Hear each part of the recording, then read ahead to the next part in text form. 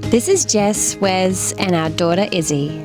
After selling our house and most of our possessions at the end of 2021, we've packed up our van Bevan to tour Australia. We are Life is VANderful.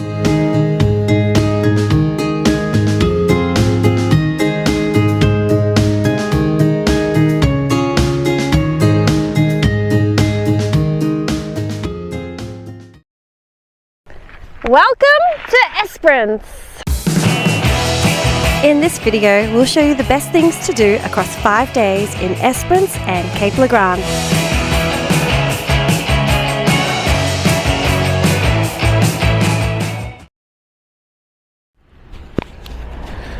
Good morning from Esperance. I made it here yesterday after a 4-hour bike ride. 4-hour bike ride? What the heck am I talking about? After a 4-hour drive, now we're going on a bike ride. And Jess has asked me to bring the bikes over to her and Izzy at the playground. So somehow I've got to take 2 bikes, 2 bags and all the helmets down there. So I could mess this up horribly and crash and fly myself. So that could be exciting for everybody. Where are we going, Mum? We're going for a bike ride along the water, and we might go grab a coffee and have a picnic in the park. Mama, talk about that. Yeah, that's what we're talking about, yeah. This is the stunning blue sea of Esperance. We've got 2 nights here in Esperance town itself, then we're heading down that way to Cape Le Grand and to Lucky Bay and staying down there for 2 nights.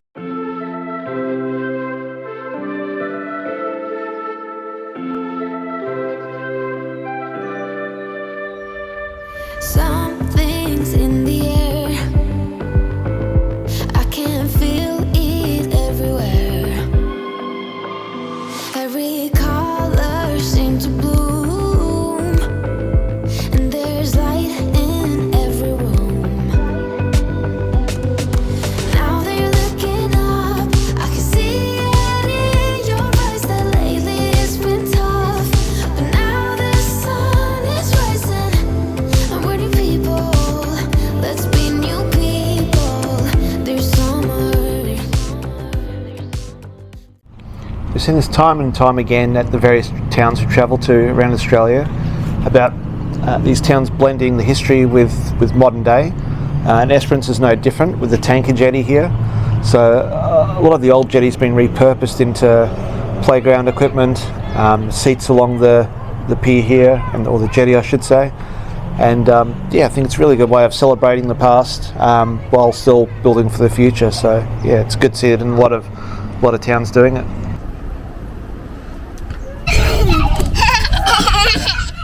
Good job, Iggy. It's been a day of touring playgrounds in Esperance, but no wineries attached to these ones. Yeah, what'd you say? Ready, set, go.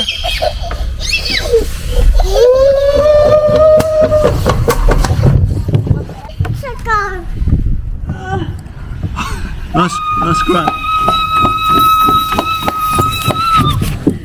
Watch your head.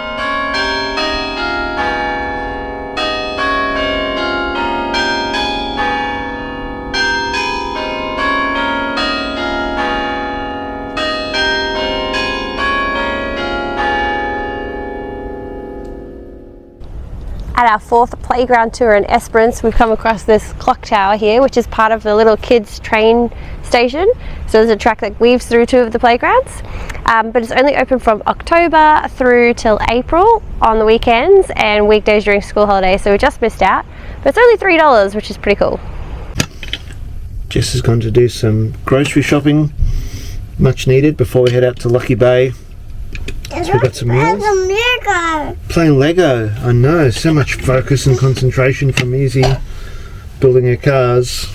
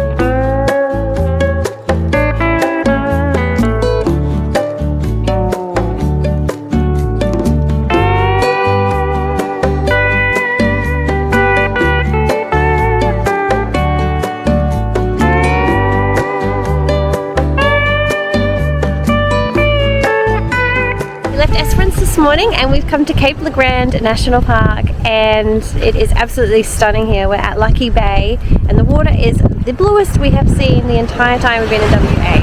I don't think you can get any more turquoise than it is here. Apparently in the evening sometimes and the early morning you can see kangaroos on the beach, so we're really hoping for the chance to see a few. And then we're going to cook up a nice barra and chips on the Weber. So looking forward to the afternoon. So here we are at Lucky Bay, just relaxing on the beach, and this is the map we've got from Jess's mum with all our family and friends that we are missing while we're on this trip. And what better way to remember those people than by parking our butts on top of them when we sit on the beach.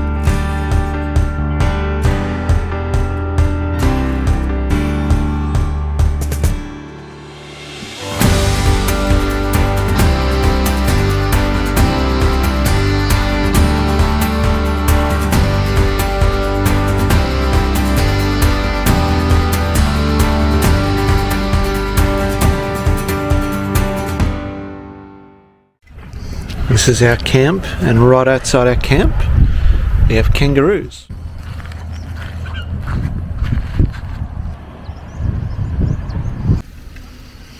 Fish and chips cooking on the Weber, on the barbie. Kangaroos by the door, next to the beach. Princesses just out in the wild. It's a wild Sheila. I was going for the quintessential Australian things: a barbie and a kangaroo. Oh no, he just got his camera out and disappeared.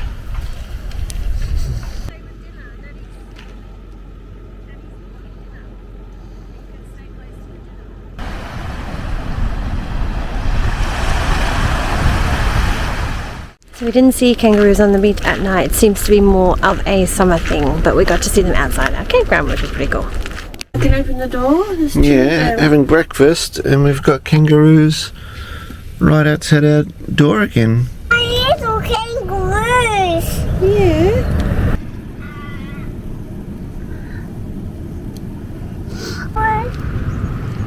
Hello, kangaroos. Hi, kangaroos. Yes, we're at Hellfire Bay at Cape Legrand today. Cape Legrand. Legrand. And Izzy just feels like watching some more Bluey, so we're just going to have a cup of tea before we head out, and hoping that the clouds that are out might just disappear and let the sun come back through. So yeah, a cup of tea and maybe a little picky.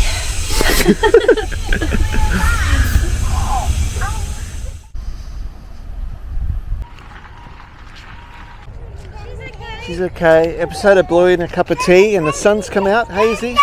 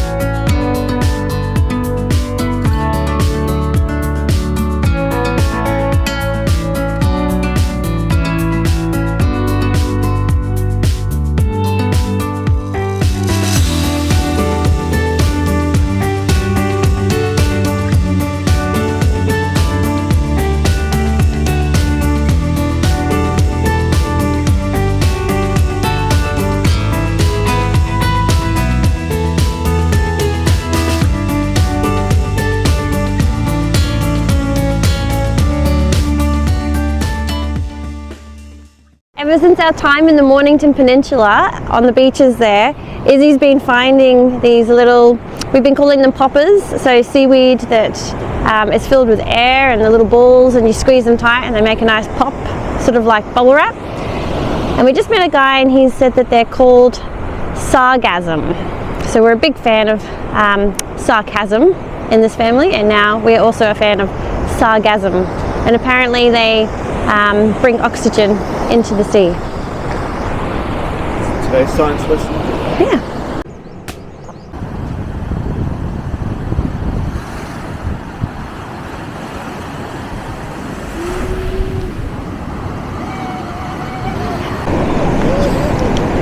So the disadvantage of coming in September is that it's still a little cool, but the advantage is it's still a sunny day and there's absolutely no one on this beach. Little Hellfire, no sorry, just Hellfire Beach, and we've got it all to ourselves. It's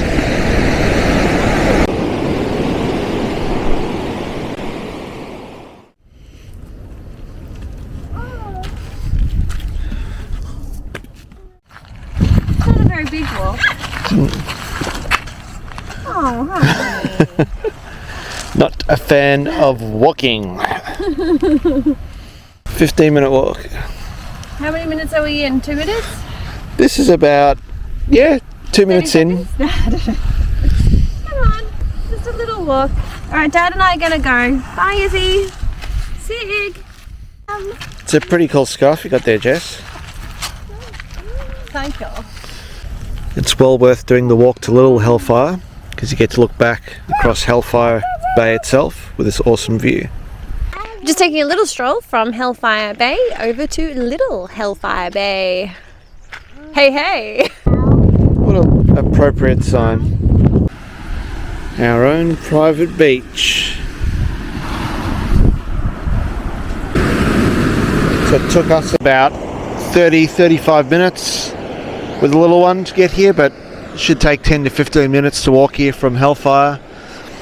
And we get here and we're greeted by this beautiful beach, waves crashing, turquoise and dark blue water mixing together, and once again it's all by ourselves. Like we're in paradise, like we're in paradise, yeah.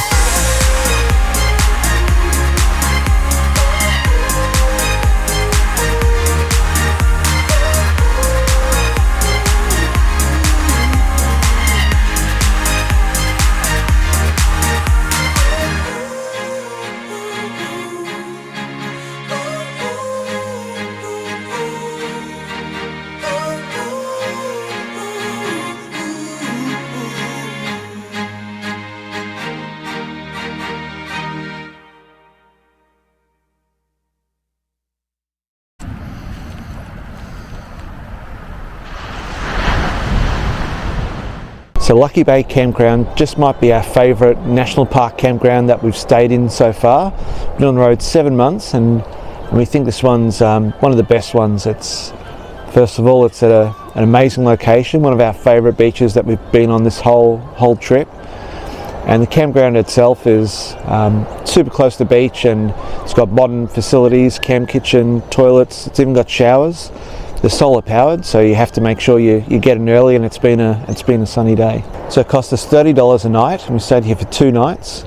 So it's on the little pricey side of national parks. A lot of other places are around $11, $12 per night per person.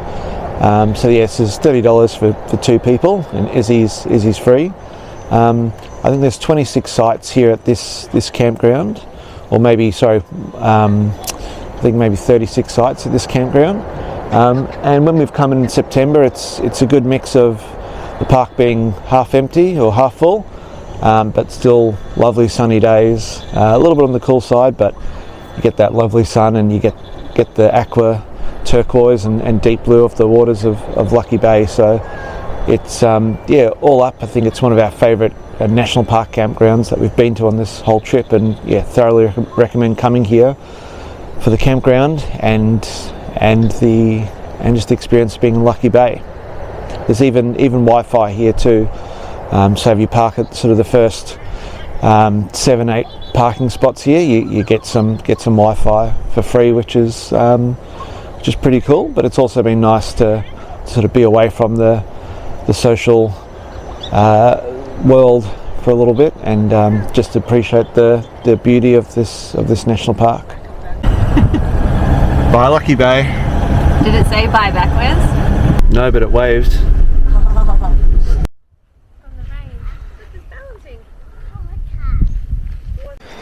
So this is Frenchman Peak Walk, 3 kilometre walk, up 262 metres high, and Jess and I are doing it in turn. So Jess is going to stay with Izzy and play with her, just after our Bluff Knoll experience the other week where it was too much of her. So I'm going first. I'm climbing. It says 3 hours, but it's not going to be that bad just by herself and not stopping. So yeah, I'm guessing it's called Frenchman's Peak because it looks like a little beret on the top of the mountain, and it's got a little cutout and it has really good views of the whole area. So yeah, here we go. I'm first up.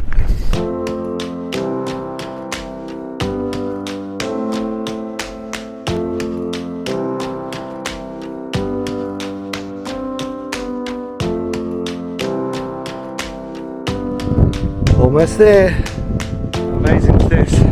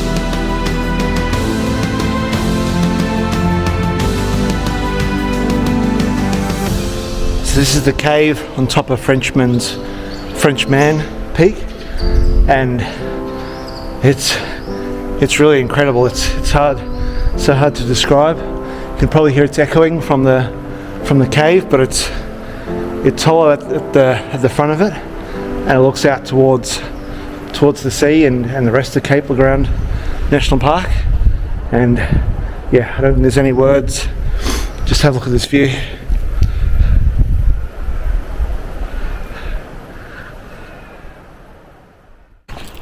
So just arriving back at the car park now, and it's just under an hour return.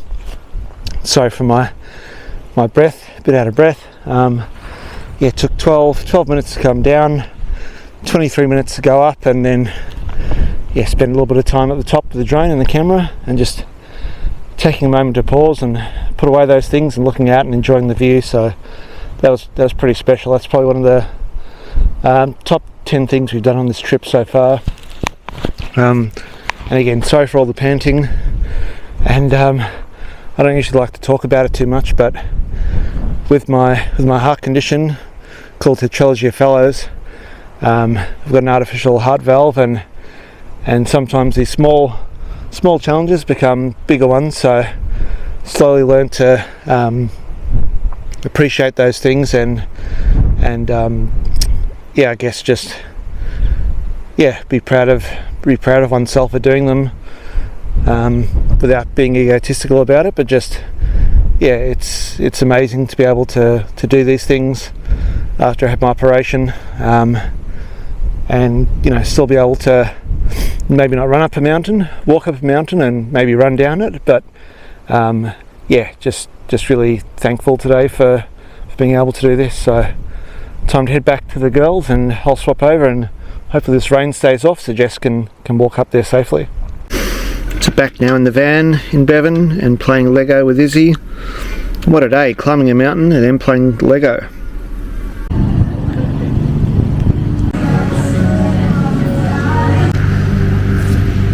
We've hired a boat and we're sailing out to sea.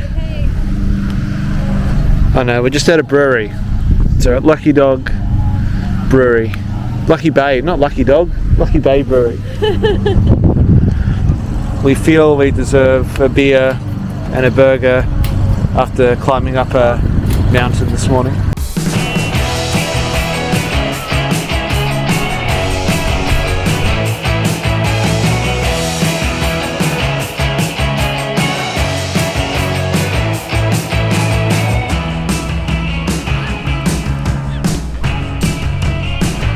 Don't kick our daughter in the head.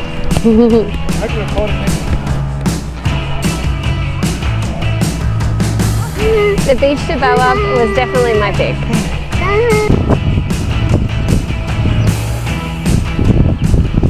So another fun thing to do while you're in Esperance is to do the Great Ocean Drive, not Great Ocean Road like in Melbourne, but the Great Ocean Drive.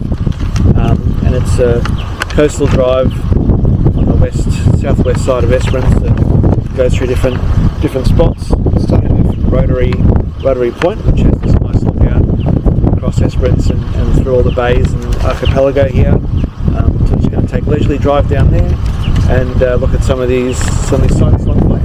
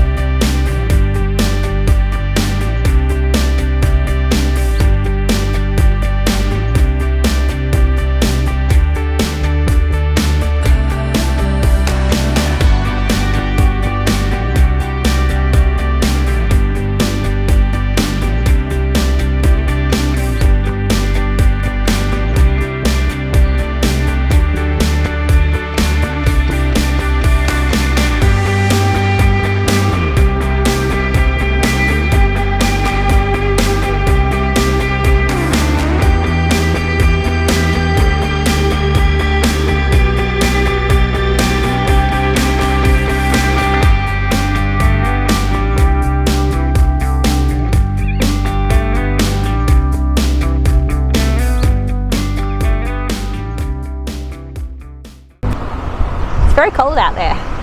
We thought that there was big chunks of sand on the shore. It's actually really jagged clumps of rock, and then there's these deep pockets of really clear water, like little rock pools underneath the surface of the waves as well. So I think if it was summer, definitely would be a beautiful spot to go for a nice swim, and lots of really nice coral and everything underneath there too. I think we're getting closer to the snorkeling spots on the coast drive.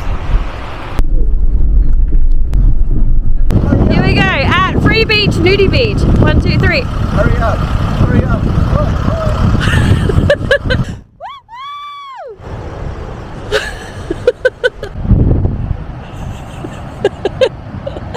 How is the water?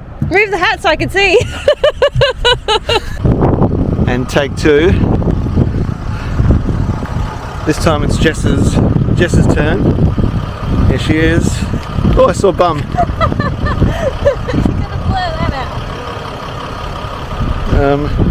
Just getting a photo. This will help Jess's Instagram likes. Hang on. Yep. Yep.